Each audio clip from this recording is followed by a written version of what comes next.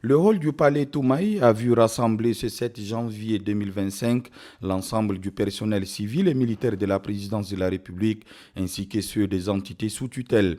Conduit par le ministre d'État, secrétaire général de la présidence, Dr Mohamed Ahmad Al-Habbo, ce beau monde a investi les lieux pour une tradition protocolaire et républicaine importante, la présentation de vœux à l'occasion de l'avènement du nouvel an. L'atmosphère était chaleureuse et conviviale, tant les obligations professionnelles des uns et des autres ne leur permettaient pas de se rencontrer. Aussi s'est dégagée une ambiance de retrouvailles de début d'année avec des visages souriants. L'unité et la détermination de l'équipe présidentielle étaient palpables, renforçant le sentiment d'appartenance à une même institution. Entre le prestige de l'instant et la simplicité des liens humains qui s'y sont tissés, la cérémonie a trouvé un équilibre parfait lorsque le président de la République, maréchal Mohamed Idriss Déby Itnou, porte-étendard de la République, s'est joint à ses collaborateurs. La cérémonie de présentation de vœux a une fois de plus prouvé que l'essence de toute entité réside dans son esprit d'équipe et la loyauté de ses employés envers le capitaine du navire. C'est ce qui ressort des propos du ministre d'État, secrétaire général de la présidence, Dr Mohamed Ahmad Al-Habbo, qui, en plus de vœux de paix, de bonheur, de santé et de prospérité, a évoqué les réussites obtenues grâce au chef de l'État et les défis de l'année écoulée, mais aussi témoigné la fidélité, l'engagement et le dévouement de tout le personnel envers le président de la République. Je voudrais à cette occasion exprimer tout l'engagement et la détermination du personnel laborieux, civil et militaire de la présidence de la République, en qui vous avez placé toute votre confiance à vous accompagner dans vos exaltantes et nobles responsabilités.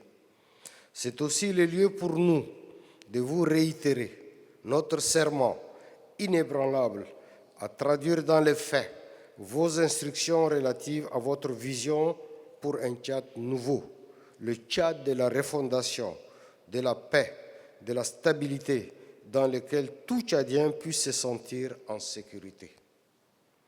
Le personnel de la présidence, debout comme un seul homme, ne faillira pas à sa mission délicate, car il s'agit pour lui d'œuvrer pour les questions d'intérêt national, notamment la justice sociale, l'équité et le renforcement de la démocratie. Une adhésion totale à la vision et au leadership du chef de l'État est affichée à cette occasion pour répondre aux priorités fixées par le président de la République et défendre les intérêts supérieurs de la nation.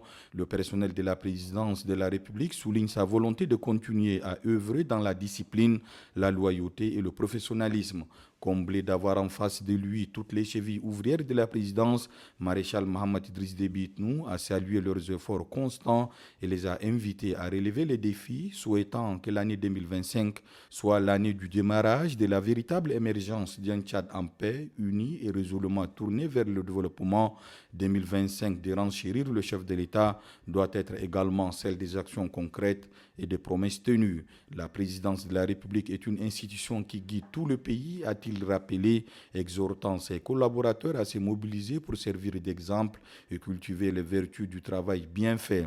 Efficacité, sérieux, professionnalisme, patriotisme, ponctualité, rigueur, intégrité, discrétion, discipline et engagement sont au rang des prescriptions du premier serviteur de l'État qui attend en retour une attitude irréprochable. Les ressources allouées doivent être bien gérées. Une nouvelle culture de rendement et de promotion de l'excellence est à construire, requiert le chef de l'État. Les collaborateurs remerciés et encouragés, les grandes lignes esquissées. Le président de la République a terminé sa réponse aux vœux en exprimant son indignation suite aux propos tenus par le président français Emmanuel Macron, lesquels frisent le mépris envers l'Afrique et les Africains.